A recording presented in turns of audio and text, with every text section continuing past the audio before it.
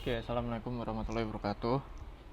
Perkenalkan, nama saya Khairul Musyafa dengan NIM C2023513. Di sini saya akan menjelaskan terkait hasil dari UTS dari mata kuliah proyek perangkat lunak. Di sini mengenai tentang recovery plan dari sebuah aplikasi. Di sini aplikasi yang saya ambil itu aplikasi task manager untuk mahasiswa. Jadi di sini background story-nya itu terdapat kesalahan dalam pengembangan aplikasi karena tidak dilakukannya uh, strategi yang baik dalam pengembangan aplikasi ini. Jadi yang pertama, kita perlu menganalisa dulu masalah dari proyek yang kita kembangkan sekarang. Sebenarnya permasalahannya apa sehingga terjadi proses pengembangan yang salah atau mungkin tidak selesai sesuai apa yang diinginkan. Nah, dari studi kasus yang saya gunakan di sini ada dua penyebab masalah utamanya. Yang pertama ada cowboy coding atau proses pengembangan dilakukan tanpa fase analisis mendalam, menyebabkan arsitektur sistem tidak stabil dan sulit dikelola. Jadi dalam proses pengembangannya, aplikasi ini tidak ada dilakukannya perencanaan yang terstruktur dari awal sampai akhir.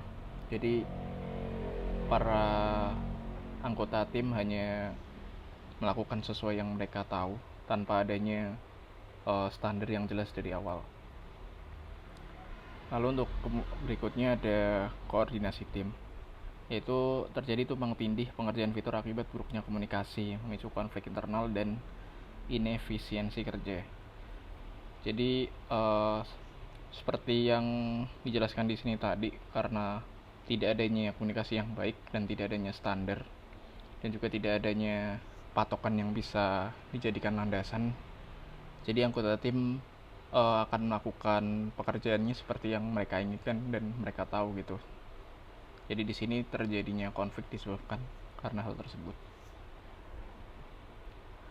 Kemudian untuk dampak terhadap pengguna yang terjadi jika hal seperti ini tetap dibiarkan dan tidak segera diselesaikan, yaitu kehilangan data yang pertama.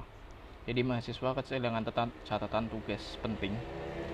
Jadi mungkin karena adanya beberapa riset data atau perbaikan-perbaikan yang secara tiba-tiba di database membuat data yang sebelumnya sudah ada dari pengguna yang sudah aktif tiba-tiba menghilang, dan itu sangat mengganggu pengguna yang menggunakan aplikasi kita. Lalu ada sistem freeze atau aplikasi sering berhenti merespon saat digunakan. Jadi tidak adanya pengecekan terlebih dahulu sebelum kita melakukan deployment ke production terutama. Jadi membuat terkadang adanya isu ketika build time dan membuat aplikasi kita tidak bisa berjalan seperti yang kita harapkan, dan itu secara tiba-tiba dan akan membuat kita mendapatkan feedback secara langsung dari user yang seharusnya itu tidak terjadi. Lalu gagal pengingat notifikasi deadline tidak sampai ke pengguna.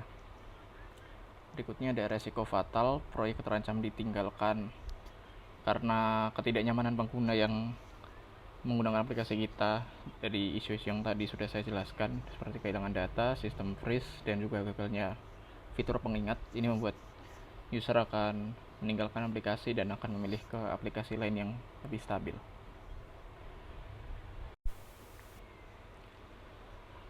Oke, berikutnya bagaimana peran strategi tim Scrum dalam menyelesaikan masalah yang tadi kita hadapi. Yang pertama, di pembagian tim Scrum itu dibagi menjadi 3. Ada product owner yang bertugas sebagai menentukan prioritas fitur berdasarkan kebutuhan mahasiswa dan nilai bisnis. Jadi semuanya akan fokus berdasar pada keputusan yang diambil oleh product owner tersebut. Kemudian ada Scrum Master yang berfungsi sebagai memfasilitasi tim, menghilangkan hambatan dan juga menjaga disiplin agile. Lalu yang terakhir ada Dev Team atau tim yang melakukan eksekusi teknis UI UX, backend, dan database ataupun front end sesuai target sprint yang sudah ditentukan oleh Scrum Master yang didasarkan oleh keputusan dari product owner.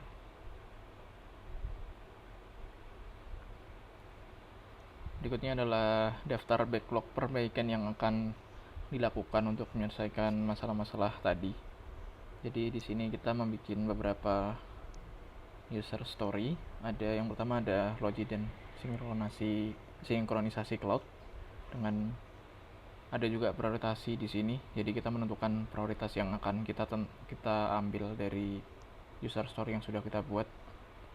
Lalu ada juga poin yang menentukan seberapa berat task ini untuk dikerjakan.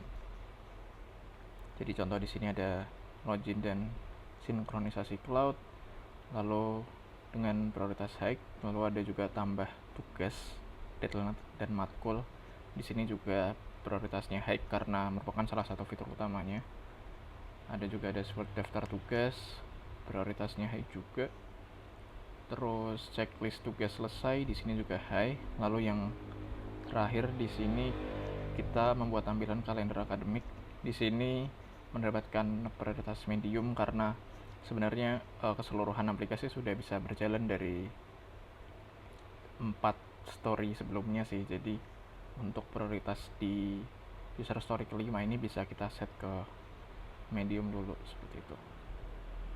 Lalu untuk MVP-nya juga bisa kita set berarti untuk user story 1 sampai 4 dulu, karena itu adalah 4 user story yang mempunyai prioritas high. Berikutnya adalah sprint recovery plan atau tahapan pemulihan stabilitas sistem dan fungsionalitas. Jadi di sprint pertama, atau bisa kita sebut sebagai sprint untuk core stability, di mana memiliki goal untuk memastikan fungsi dasar berjalan 100% stabil.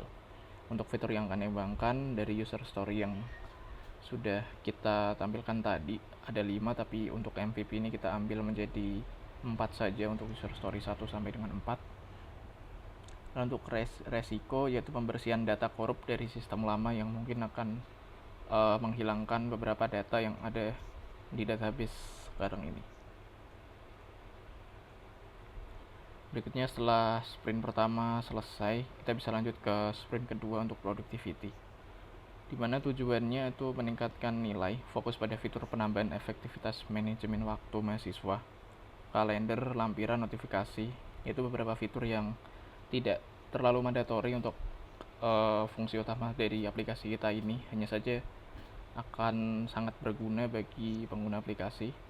Lalu untuk tantangan teknisnya ada resiko kompleksitas pada integrasi sistem notifikasi eksternal dan manajemen file storage, dimana pastinya dari aplikasi task manajemen ini akan membutuhkan banyak resource penyimpanan untuk menyimpan data-data sesuai yang dibutuhkan mahasiswa, mungkin gambar, file, dan lain-lain. Berikutnya ini ada contoh daily scrum yang akan dilakukan. Jadi daily scrum itu kita mulai dari hari pertama. Kita akan melakukan analisa dan juga mencari tahu apa yang sudah kita lakukan kemarin, hari ini, dan apakah ada kendala. Jadi contoh di sini di hari pertama, di hari sebelumnya itu kita ada audit database. Lalu rencana untuk hari ini adalah rancang skema baru, dan untuk kendalanya yaitu struktur lama yang rusak. Berikutnya di hari kedua ada kemarin kita menyelesaikan untuk API login. Berikutnya hari ini kita akan lanjut ke integrasi dashboard. Lalu ada kendalanya yaitu di API timeout untuk di fix terlebih dahulu. Berikutnya di hari ketiga, dashboard yang di hari kedua kemarin sudah selesai. Lalu kita akan lanjut ke fitur checklist dengan kendala yaitu UI yang tidak responsif. Jadi keputusan untuk berikutnya adalah implementasi Tailwind CSS untuk responsivitas UI. Berikutnya ada evaluasi efisiensi solusi, yaitu ada 3 poin utama ya. Ada MVP first, memprioritaskan fungsi vital sehingga aplikasi segera memberikan manfaat nyata. Ada juga feedback loop, masalah ditemukan dan diperbaiki setiap hari, bukan di akhir project. Jadi ketika proses testing dari setiap task yang dikerjakan ternyata ada isu atau masih tidak sesuai, bisa langsung kita fix terlebih dahulu supaya tidak menumpuk. Kemudian ada akuntabilitas, yaitu tanggung jawab peran yang jelas menghilangkan kebingungan dalam tim. Oke, mungkin cukup sekian presentasi dari saya untuk UTS mata kuliah proyek perangkat lunak ini. Kurang lebihnya mohon maaf. Terima kasih. Wassalamualaikum warahmatullahi wabarakatuh.